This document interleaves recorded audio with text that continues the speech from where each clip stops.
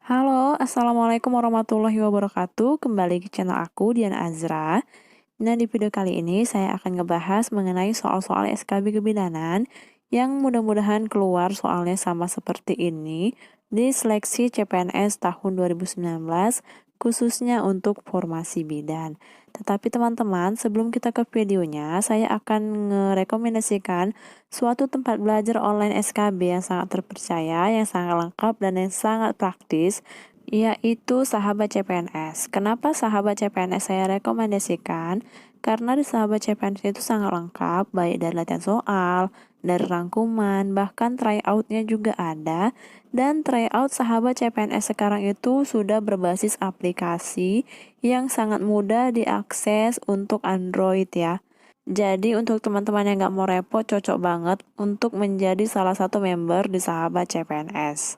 Dan saya juga mau infokan bagi teman-teman yang belum nge-subscribe channel saya, tolong tekan dulu tombol subscribe di bawah supaya teman-teman tidak akan ketinggalan video-video selanjutnya dari aku. Ditunggu ya. Oke, langsung saja kita ke soal yang pertama. Seorang perempuan berusia 21 tahun, nifas hari kelima datang ke BPM mengeluh keluar feses dari jalan lahir. Hasil anamnesa bersalin di rumah sakit, laserasi perineum grade 4. Hasil pemeriksaan KU baik, tanda vital dalam batas normal, ibu terlihat malu dan rendah diri, jahitan perineum terlihat basah dan kemerahan. Apakah tindakan yang tepat pada kasus tersebut? A. Merujuk ke rumah sakit, B. Memberikan antibiotik, C. Memberikan analgetik, D. Konseling nutrisi, dan E. Vulva hygiene. Jawaban yang benar ialah A. Merujuk ke rumah sakit. Kenapa saya pilih A? Karena di soal dikatakan ada seorang ibu nifas hari kelima mengeluh keluar feses dari jalan lahir. Dan berdasarkan hasil anamnesa ternyata ibu tersebut persalinan yang lalu di rumah sakit dan laserasi perineum grade 4. Dan dari hasil pemeriksaan, ternyata jahitan perineum terlihat basah dan kemerahan. Nah, jadi laserasi itu ada 4 ya. Laserasi derajat 1, itu robekannya hanya sebatas himen, labia, kulit, dan mukosa vagina. Dan kalau laserasi derajat 2, itu sudah termasuk di otot vagina dan perineum, baik otot perineum transversal, serta ada beberapa kasus sampai pada bupococcygeus. Dan untuk laserasi derajat 3, itu sampai ke sphincter anus dan septum rectovaginal. Dan untuk laserasi derajat 4, itu robekannya meluas sampai ke mukosa rektal, sphincter anus eksternal dan internal. Dan yang harus teman-teman ketahui juga, kalau sudah laserasi derajat 3 dan derajat 4, itu sudah wewenang dokter. Nah, berhubung ibu tersebut datangnya ke BPM, jadi kita rujuk ke rumah sakit supaya mendapatkan penanganan dari dokter. Jadi kita tuh kolaborasi dengan dokter yang ada di rumah sakit. Jadi jawabannya A, rujuk ke rumah sakit. Oke, langsung saja kita ke soal selanjutnya. Seorang perempuan berusia 25 tahun baru melahirkan bayinya secara spontan di BPM.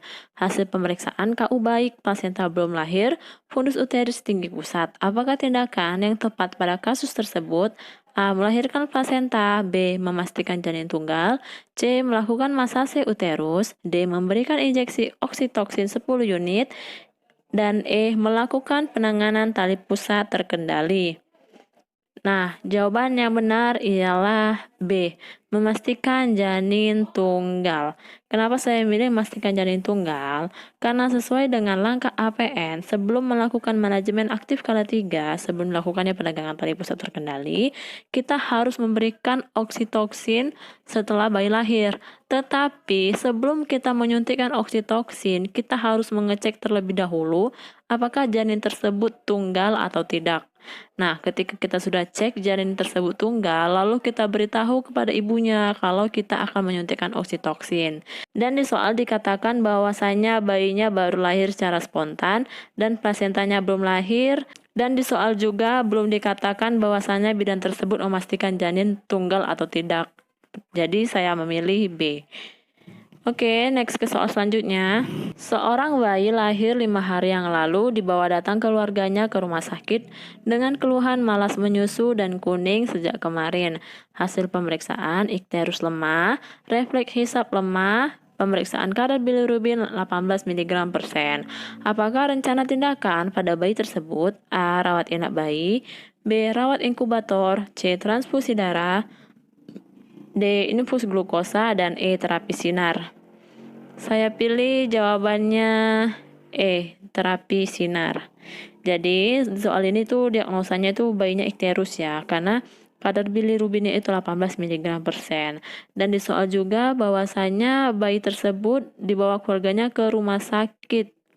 Nah, rencana tindakan untuk penanganan kasus tersebut, saya pilih jawaban E, terapi sinar, karena ada beberapa sih penanganan yang dapat dilakukan sebagai upaya menurunkan kadar bilirubin, seperti terapi sinar, transfusi imunoglobin, dan kalau sudah dilakukan kedua itu tetapi hasilnya juga tidak turun, maka dilakukan transfusi pergantian darah. Jadi ini kan masih untuk rencana awal, masih untuk rencana tindakan yang pertama. Jadi kita itu mencoba dulu di terapi sinar. Jadi saya pilih jawabannya E.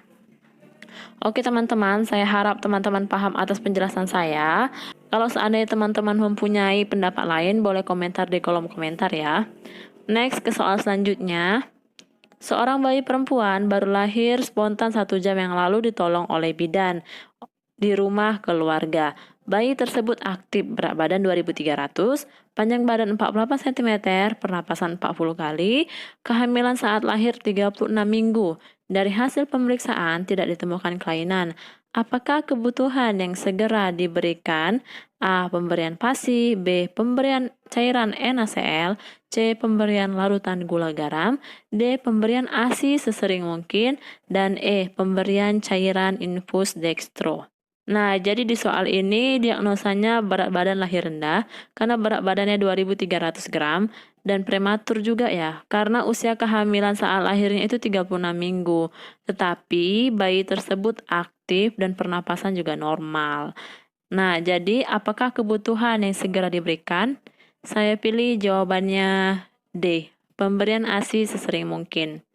Jadi, penata laksanaan berat badan lahir rendah itu berfokus pada terapi suportif, yaitu pemberian nutrisi untuk mengejar target berat badan, mempertahankan suhu tubuh normal, dan menjaga kebersihan tali pusat dan kulit.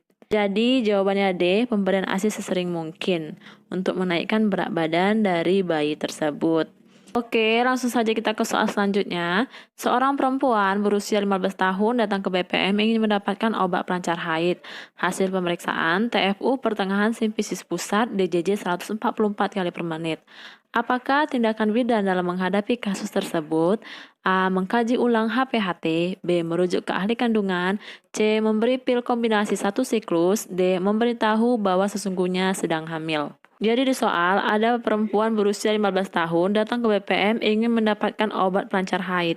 Ketika diperiksa, hasil pemeriksaannya itu TFU pertengahan simfisis pusat dan terdapat DJJ 144 kali per menit. Jadi, menurut saya, tindakan bidan dalam menghadapi kasus tersebut yang benar itu beritahu bahwa sesungguhnya sedang hamil. D. Oke, langsung saja kita ke soal selanjutnya. Seorang bidan baru selesai melakukan survei mawas diri dan mendapatkan hasil cakupan ASI eksklusif di desanya cakupan rendah. Bidan merencanakan membentuk kelas ibu menyusui. Apakah langkah pertama yang dilakukan bidan pada kasus tersebut? A. Mempresentasikan hasil pendataan. B. Melakukan musyawarah masyarakat desa. C. Melibatkan kader untuk mendata ibu menyusui. D. Sosialisasikan kepada tokoh masyarakat dan agama. E. Menyampaikan materi mengenai pentingnya menyusui. Saya pilih jawabannya B. Melakukan musyawarah masyarakat desa. Kenapa saya melakukan musyawarah masyarakat desa? Musyawarah masyarakat desa itu biasanya disingkat dengan MMD, yaitu Pertemuan Perwakilan Warga Desa beserta tokoh masyarakatnya, kader kesehatan, dan para petugas untuk membahas hasil survei mawas diri atau SMD dan merencanakan penanggulangan masalah kesehatan yang diperoleh dari hasil survei mawas diri. Jadi di soal, bidan tersebut baru saja melakukan survei mawas diri dan mendapatkan hasil cakupan ASI eksklusif di desanya sangat rendah. Nah, untuk membahas masalah-masalah yang didapatkan di SMD, itu nanti dibahas di musyawarah masyarakat desa. Karena di musyawarah di masyarakat desa itu ada kader, ada tokoh masyarakat, ada bidannya juga. Jadi dari MMDes itu banyak menampung aspirasi-aspirasi yang gunanya untuk memperbaiki masalah-masalah yang ada yang didapati di hasil SMD atau survei mawas diri. Oke, langsung saja kita ke soal yang terakhir. Seorang perempuan melahirkan 2 jam yang lalu di BPM, plasenta lahir lengkap dengan normal. Saat ini terjadi pendarahan, TD 110/80, nadi 80 kali per menit, pernapasan 20 kali per menit, kontraksi uterus baik, in speculo robekan jalan lahir tidak ada.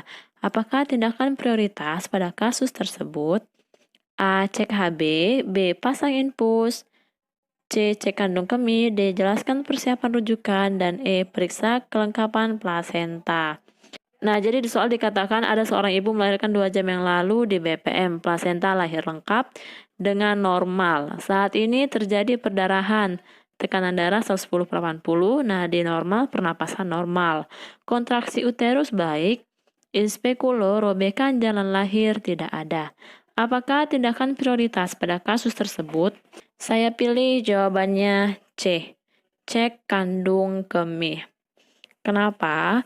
Karena kandung kemih yang penuh juga bisa menyebabkan perdarahan. Ibu postpartum harus dilakukan bladder training ya teman-teman, yang tujuannya itu untuk melatih kembali kandung kemih ke pola berkemih yang normal dengan menstimulasi pengeluaran urin.